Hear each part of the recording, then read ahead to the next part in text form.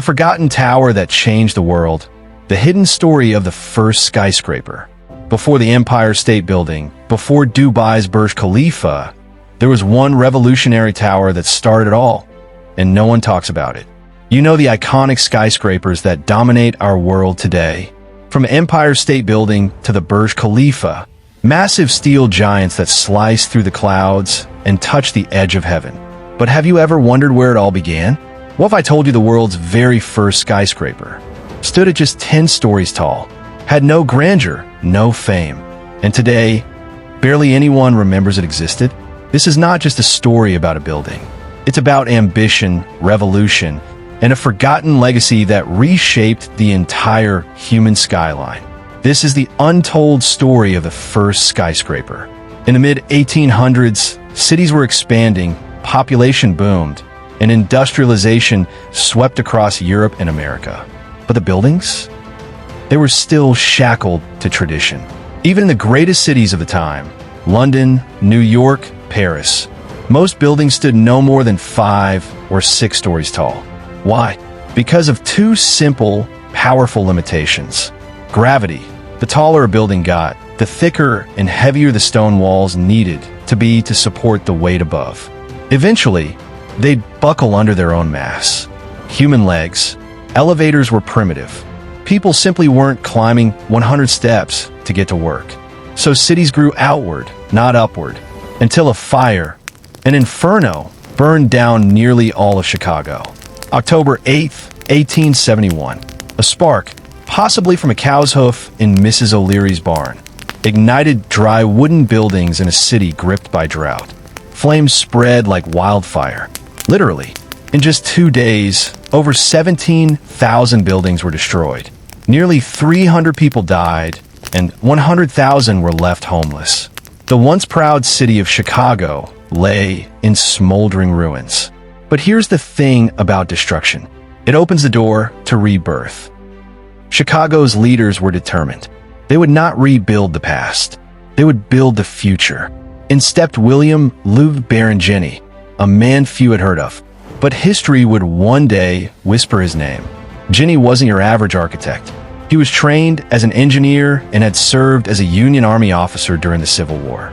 He believed in science, in structure, in steel. While others wanted to recreate traditional architecture, Jennie dreamed differently. He saw a way to go higher, not by stacking stone on stone, but by creating a metal skeleton like a human body. Imagine it, a building where the walls are just curtains, decorative panels, while the steel frame carries the real weight. It was radical, unheard of, and just crazy enough to work. In 1884, the home insurance company approached Jennie with a commission. Designed their new Chicago headquarters. Jennie proposed something audacious. A 10-story tower, made not of thick masonry, but steel and iron beams. People gasped. A building made of steel? That sounded like a bridge, not a place for human beings to work. The city demanded inspections. Engineers scoffed. Businessmen laughed behind closed doors. But Jennie had his blueprints and his conviction. Construction began in 1884. As workers laid the foundation at the corner of LaSalle and Adams Streets, Chicagoans stopped to watch. They had never seen anything like this. Instead of thick, load-bearing walls, they saw iron columns and steel beams rising into the sky, crisscrossing in lattice-like formations, creating a rigid skeleton. The building would weigh less than half of a traditional stone structure of the same size. It would be twice as strong. It included another innovation, fireproof steel wrapped in clay tiles. A crucial lesson learned from the Great Fire. By 1885, it was complete. The home insurance building, 10 stories, 138 feet tall. Today, it might seem modest, but in 1885, it was a towering revolution. The response? Controversial. Some hailed it as a miracle of modern engineering. Others said it was unsafe, a steel death trap. Critics mocked it. It looks like a skeleton, they jeered. Who wants to work that high up? But reality began to shift. People started to see the building's strength, its flexibility, its cost efficiency. Other architects came to study it. And most importantly, it worked. The structure was safe. It stood tall through wind, storms, and time. Suddenly, taller buildings didn't seem so crazy.